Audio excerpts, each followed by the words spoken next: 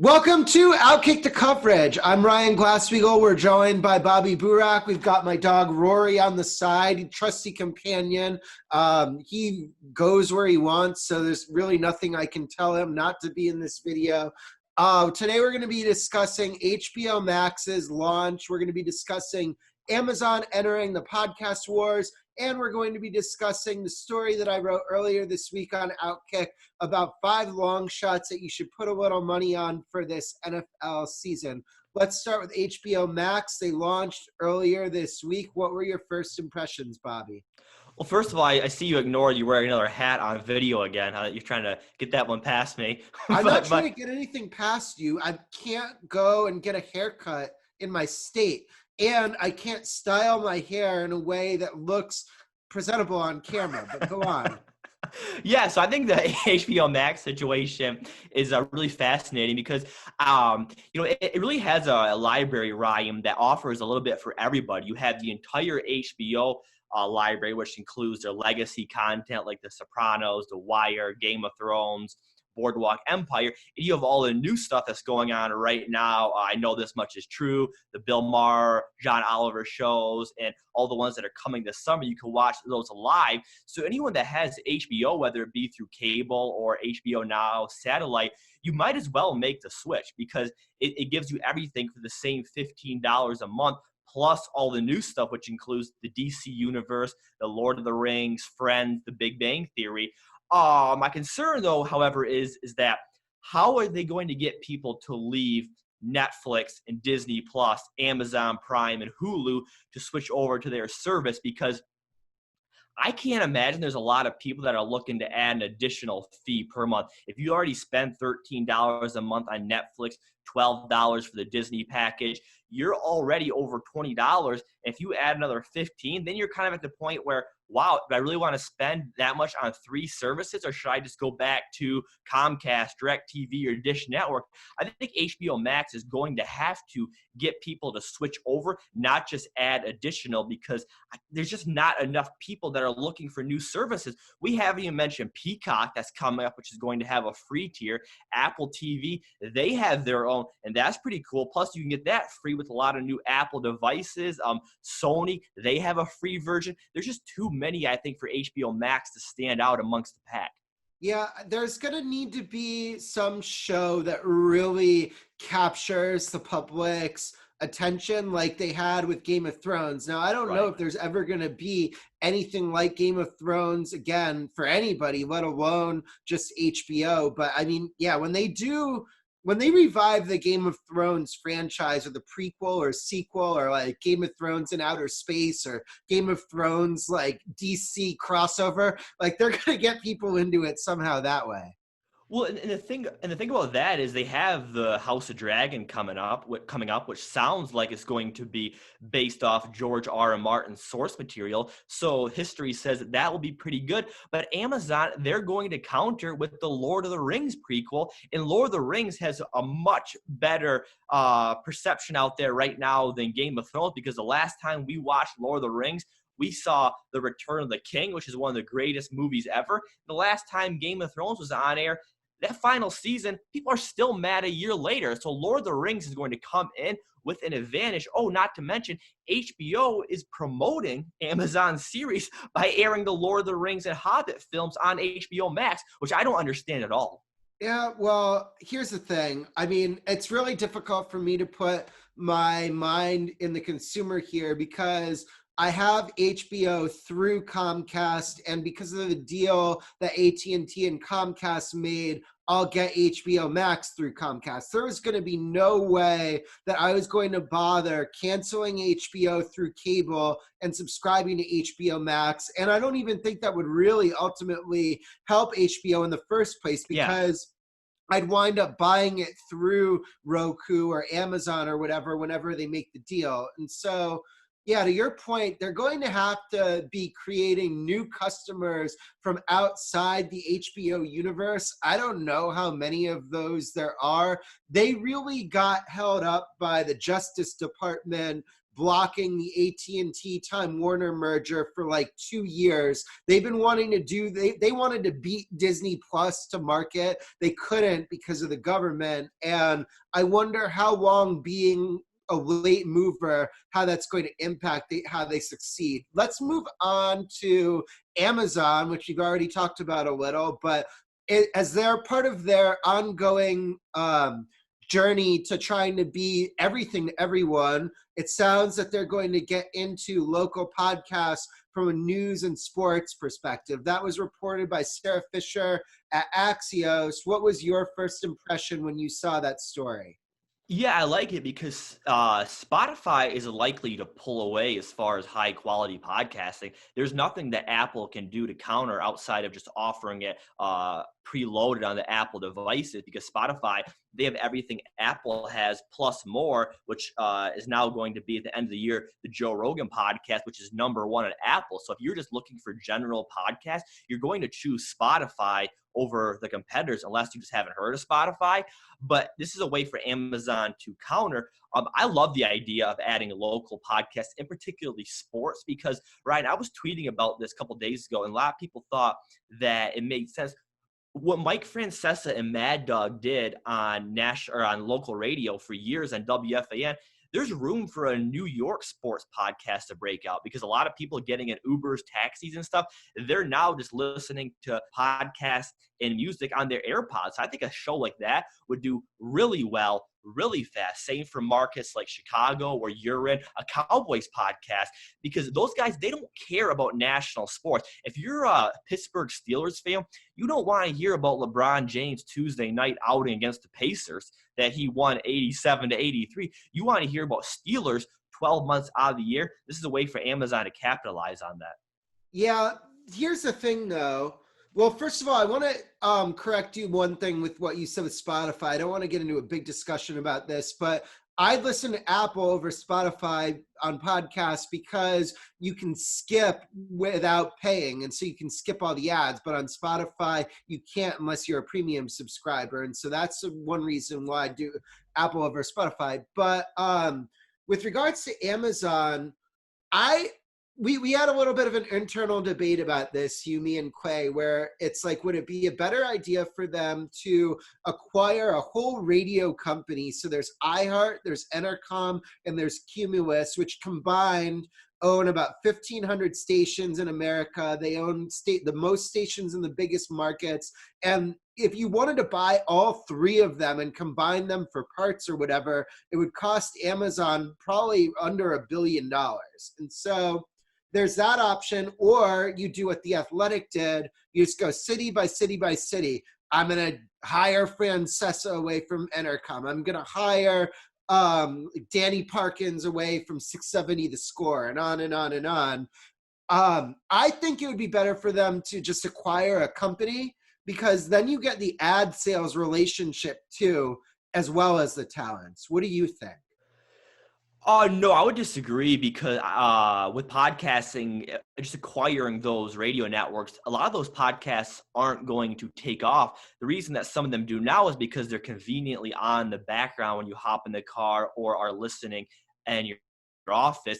Acquiring talent by talent is a much better route, because if you were to add Mike Francesa or the next Mike Francesa exclusively to Amazon, people are going to follow him. And it's going to be a lot cheaper than acquiring the whole radio network. Now, Francesa, he's a little past, obviously he's past his prime, so I don't know if he's the right guy to do it.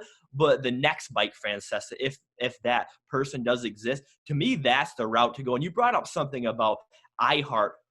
Why doesn't iHeart go independently and make all their podcasts exclusive? Because they're #1 in podcast publishing right now. And if they were to do that, many people would have to move over to their app, leave Apple and Spotify, because just in sports, you're going to get The Herd, Outkick, Dan Patrick Show, and all the other shows on Fox Sports Radio. And politically, it also dominates because you have Sean Hannity and Rush Limbaugh, who are under the iHeart podcast umbrella. So they can really make a lot of waves by being as widely distributed as they are. It gives them a tremendous scale in ad sales, because it's a lot easier to go to like McDonald's or AT&T or a blue chip company like that and say, here's how many minutes we have listening.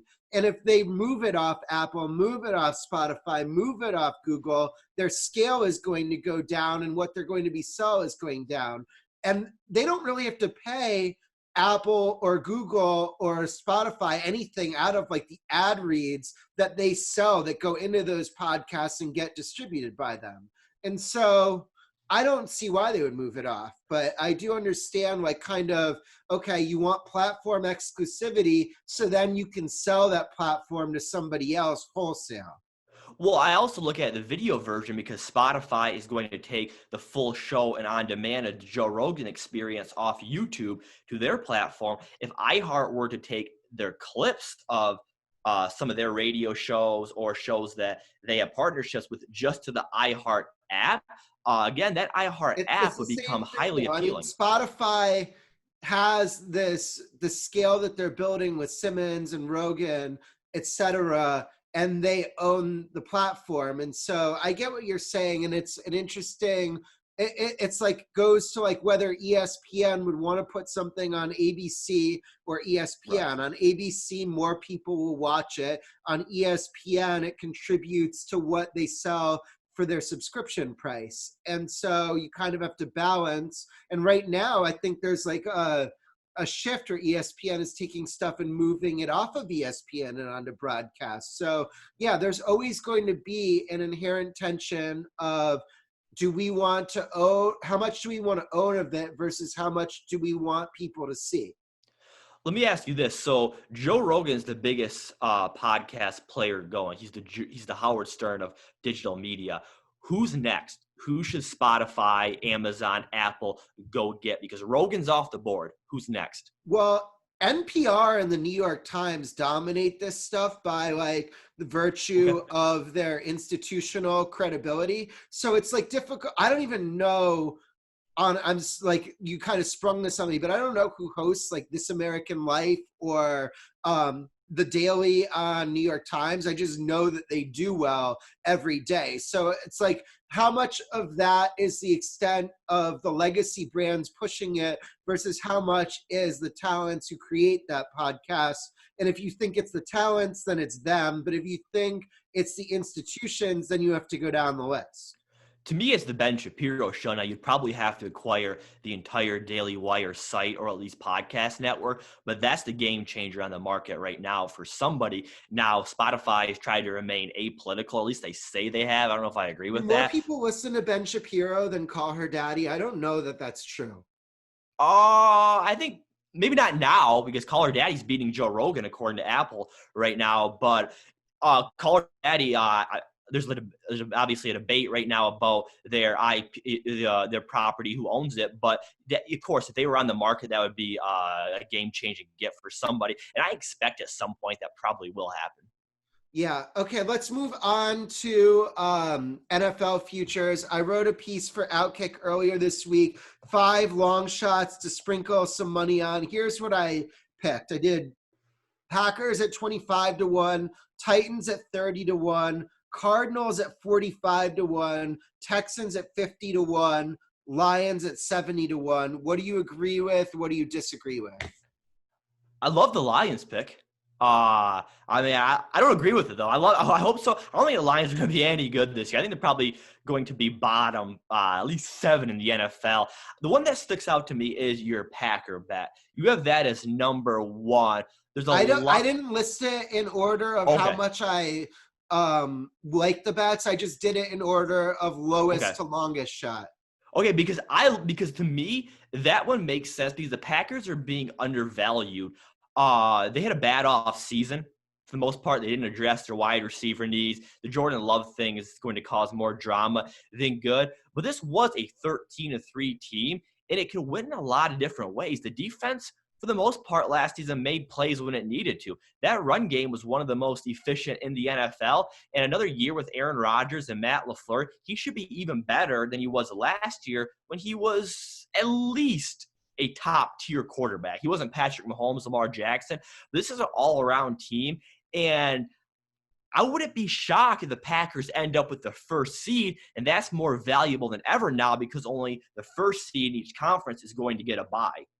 Yeah, the Jordan Love pick and any perceived kind of drama that's going to cause, I think, dings the Packers in the odds, as well as like they won a lot of close games last year, and the analytics people think that like it's kind of not skill, it's just luck whether you win a game that's decided by 4 points or less.